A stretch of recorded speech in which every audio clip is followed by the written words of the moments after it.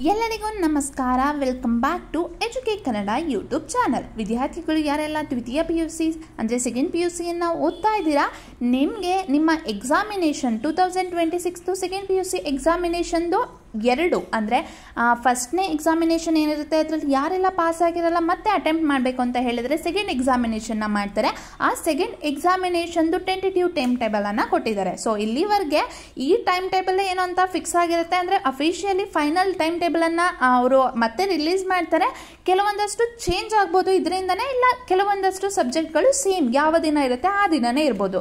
So tentative ಆಗಿ ವಿದ್ಯಾರ್ಥಿಗಳಿಗೆ help ಆಗಲಿ ಅಂತ ಹೇಳಿಬಿಟ್ಟು ಈ ಟೈಮ್ ಟೇಬಲನ್ನು ರಿಲೀಸ್ ಮಾಡಿ ಇರೋದು. ಯಾರೆಲ್ಲ ವಿದ್ಯಾರ್ಥಿಗಳು ಸೆಕೆಂಡ್ PUCಯನ್ನು ಓದ್ತಾ ಇದ್ದೀರಾ, ಈ ಟೈಮ್ ಟೇಬಲ್ ನೋಡಿದ್ಮೇಲೆ ನಿಮ್ಮ ಪ್ರಿಪರೇಷನ್ ಹೇಗಿರಬೇಕು, ನೀವು ಯಾವ ರೀತಿ ಎಕ್ಸಾಮ್ಗೆ ಪ್ರಿಪೇರ್ ಮಾಡಬೇಕು ಪ್ಲಾನ್ ಮಾಡ್ಕೊಳ್ಳಿ. ಯಾವ ಸಬ್ಜೆಕ್ಟ್ ಯಾವ ದಿನ ಅಂತ ಹೇಳಿ ನಿಮಗೆ ಅರ್ಥ ಆಗಲಿ ಅಂತ ಹೇಳಿ ಈ ಟೈಮ್ ಟೇಬಲನ್ನು ರಿಲೀಸ್ ಮಾಡಿರೋದು. ನಿಮಗೆ ಹೆಚ್ಚಿನ ಮಾಹಿತಿ ಬೇಕು ಎಕ್ಸಾಮ್ ಬಗ್ಗೆ ಅಂತ ಹೇಳಿದ್ರೆ ನಾನು ಡಿಸ್ಕ್ರಿಪ್ಷನಲ್ಲಿ ನನ್ನ ಬ್ಲಾಗನ್ನು ಸೆಕೆಂಡ್ PUC ಟೈಮ್ ಟೇಬಲ್ ಬಗ್ಗೆ ಇರುವಂಥ ಬ್ಲಾಗನ್ನು ಮೆನ್ಷನ್ ಮಾಡಿರ್ತೀನಿ. ಖಂಡಿತ ಅದನ್ನು ವಿಸಿಟ್ ಮಾಡಿ, ನಿಮಗೆ ಇನ್ನೂ ಹೆಚ್ಚಿನ ಮಾಹಿತಿ ಸಿಗುತ್ತೆ. ಅದೇ ರೀತಿ ಟೈಮ್ ಟೇಬಲ್ದು ಅಫಿಷಿಯಲಿ ವೆಬ್ಸೈಟಲ್ಲಿ ರಿಲೀಸ್ ಮಾಡಿರುವಂತಹ ಟೈಮ್ ಟೇಬಲ್ದು ಸಹ ನಾನು ಅಲ್ಲೇ ಅಪ್ಲೋಡ್ ಮಾಡಿರ್ತೀನಿ.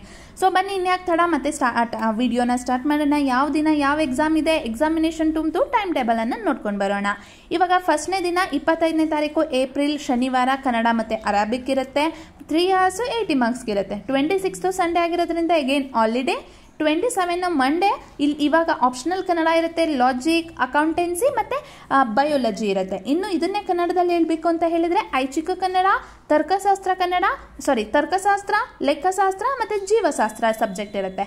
ಇನ್ನು 28ನೇ ತಾರೀಕು ಏಪ್ರಿಲ್ ಮಂಗಳವಾರ ಬಂದ್ಬಿಟ್ಟು political science, electronics and computer science ಇರುತ್ತೆ. ಅಂದರೆ ರಾಜ್ಯಶಾಸ್ತ್ರ, ವಿದ್ಯುನ್ಮಾನಶಾಸ್ತ್ರ ಮತ್ತು ಗಣಕಶಾಸ್ತ್ರ ಅಂತ ಹೇಳ್ಬಿಟ್ಟು. 29ನೇ ತಾರೀಕು ಏಪ್ರಿಲ್ ಬುಧವಾರ ಗಣಿತ, ಗೃಹ ವಿಜ್ಞಾನ ಮತ್ತು ಮೂಲ ಗಣಿತ ಅಂತ ಇರುತ್ತೆ. ಅಂದರೆ ಮ್ಯಾಥಮೆಟಿಕ್ಸ್, ಹೋಮ್ ಸೈನ್ಸ್ ಮತ್ತು ಬೇಸಿಕ್ಸ್ ಮ್ಯಾಥಮೆಟಿಕ್ಸ್ ಇರುತ್ತೆ.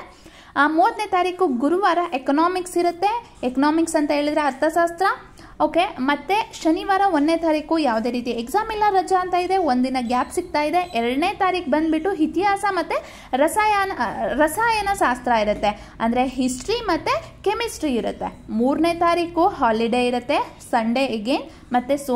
ಮತ್ತು ಸೋಮವಾರ 4ನೇ ತಾರೀಕು ಇಂಗ್ಲೀಷ್ ಸಬ್ಜೆಕ್ಟ್ ಇರುತ್ತೆ. ಮತ್ತು ಬುಧವಾರ 5ನೇ ತಾರೀಕು, ಈಗ ಏಪ್ರಿಲಿಂದ ನಾವು ಆಲ್ರೆಡಿ ಮೇಗೆ ಬಂದಿದ್ದೀವಿ, ಮೇ 5ನೇ ತಾರೀಕು ಬುಧವಾರ ಬಂದ್ಬಿಟ್ಟು ಹಿಂದಿ ಸಬ್ಜೆಕ್ಟ್ ಇರುತ್ತೆ. ಯಾರೆಲ್ಲ ಹಿಂದಿಯನ್ನು ಚೂಸ್ ಮಾಡಿರ್ತೀರ ನಿಮಗೆ 5ನೇ ತಾರೀಕು ಮಂಗಳವಾರ ಹಿಂದಿ ಸಬ್ಜೆಕ್ಟ್ ಇರುತ್ತೆ. 6ನೇ ತಾರೀಕು ಬುಧವಾರ ಬಂದ್ಬಿಟ್ಟು ಬಿಸ್ನೆಸ್ ಸ್ಟಡೀಸ್, ಫಿಸಿಕ್ಸ್ ಮತ್ತು ಎಜುಕೇಷನ್ ಸಬ್ಜೆಕ್ಟ್ ಇರುತ್ತೆ. ಅಂದರೆ ವ್ಯವಹಾರ ಅಧ್ಯಯನ, ಭೌತಶಾಸ್ತ್ರ, ಶಿಕ್ಷಣಶಾಸ್ತ್ರ ಇರುತ್ತೆ.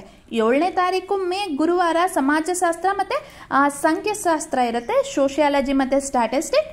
ಮತ್ತು 8ನೇ ತಾರೀಕು ಶುಕ್ರವಾರ ಬಂದ್ಬಿಟ್ಟು ಜಿಯೋಗ್ರಫಿ, ಸೈಕಾಲಜಿ ಮತ್ತು ಜಿಯಾಲಜಿ ಇರುತ್ತೆ. ಅಂದರೆ ಭೂಗೋಳಶಾಸ್ತ್ರ, ಮನಃಶಾಸ್ತ್ರ ಮತ್ತು ಭೂಗರ್ಭಶಾಸ್ತ್ರ, ಜಿಯಾಲಜಿ ಅಂತ. ಓಕೆ, ಇನ್ನು ಶನಿವಾರ 9ನೇ ತಾರೀಕು ತಮಿಳು, ತೆಲುಗು, ಮಲಯಾಳಂ, ಮರಾಠಿ, ಉರ್ದು, ಸಂಸ್ಕೃತ, ಫ್ರೆಂಚ್ ಇದೆಲ್ಲ ಸಬ್ಜೆಕ್ಟನ್ನು ಯಾರು ಚೂಸ್ ಮಾಡಿದ್ದೀರಾ ನಿಮಗೆ ಶನಿವಾರ ಇರುತ್ತೆ 9ನೇ ತಾರೀಕು ಇನ್ನು ಅದೇ ದಿನ ಮತ್ತೆ ಮಧ್ಯಾಹ್ನನೂ ಸಹ ಕೆಲವೊಂದಷ್ಟು ಎಕ್ಸಾಮ್ ಇದೆ. ಆಪ್ಷನಲ್ ಸಬ್ಜೆಕ್ಟ್ ಅಂತ ಹೇಳಿ ಬೇರೆ ಸಬ್ಜೆಕ್ಟನ್ನು ಚೂಸ್ ಮಾಡಿರ್ತಾರಲ್ವ, ಹಿಂದೂಸ್ತಾನಿ ಸಂಗೀತ, electronics, apparel, made ups and home furnishing, information technology, retail, automobile, health care, beauty and wellness ಇದೆಲ್ಲ ಯಾವ ಸಬ್ಜೆಕ್ಟನ್ನು ಯಾರೆಲ್ಲ ಚೂಸ್ ಮಾಡಿದ್ದೀರಾ ನಿಮಗೆ 9ನೇ ತಾರೀಕು ಶನಿವಾರ ಮಧ್ಯಾಹ್ನನೇ ಎಕ್ಸಾಮ್ ಇರುತ್ತೆ.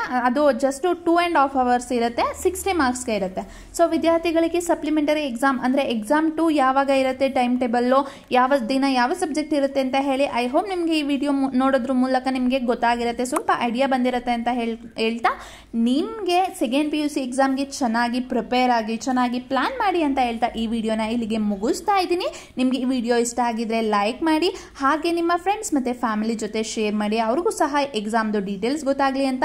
ಇದೇ ರೀತಿ ಹೆಚ್ಚಿನ ಮಾಹಿತಿಗಾಗಿ ಎಜುಕೇಟ್ ಕನ್ನಡ ಚಾನಲನ್ನು ಸಬ್ಸ್ಕ್ರೈಬ್ ಮಾಡಿ. ಹಾಗೆ ಬ್ಲಾಗ್ ಇರುತ್ತೆ, ಅಲ್ಲೂ ಸಹ ಹೋಗ್ಬಿಟ್ಟು ನೀವು ಅಲ್ಲಿಗೂ ಸಬ್ಸ್ಕ್ರೈಬ್ ಆದರೆ ಏನೆಲ್ಲ ಕಂಟೆಂಟ್ ಇರುತ್ತೆ ಅದು ನಿಮಗೆ ಅಪ್ಡೇಟ್ ಸಿಗ್ತಾ ಇರುತ್ತೆ. ಅದೇ ರೀತಿ ಇನ್ಸ್ಟಾಗ್ರಾಮಲ್ಲಿ ಫಾಲೋ ಮಾಡೋದ್ರ ಮೂಲಕನೂ ಸಹ ಕೆಲವೊಂದಷ್ಟು ಅಪ್ಡೇಟ್ಗಳು ನಿಮಗೆ ಸಿಗ್ತಾ ಆಗುತ್ತೆ.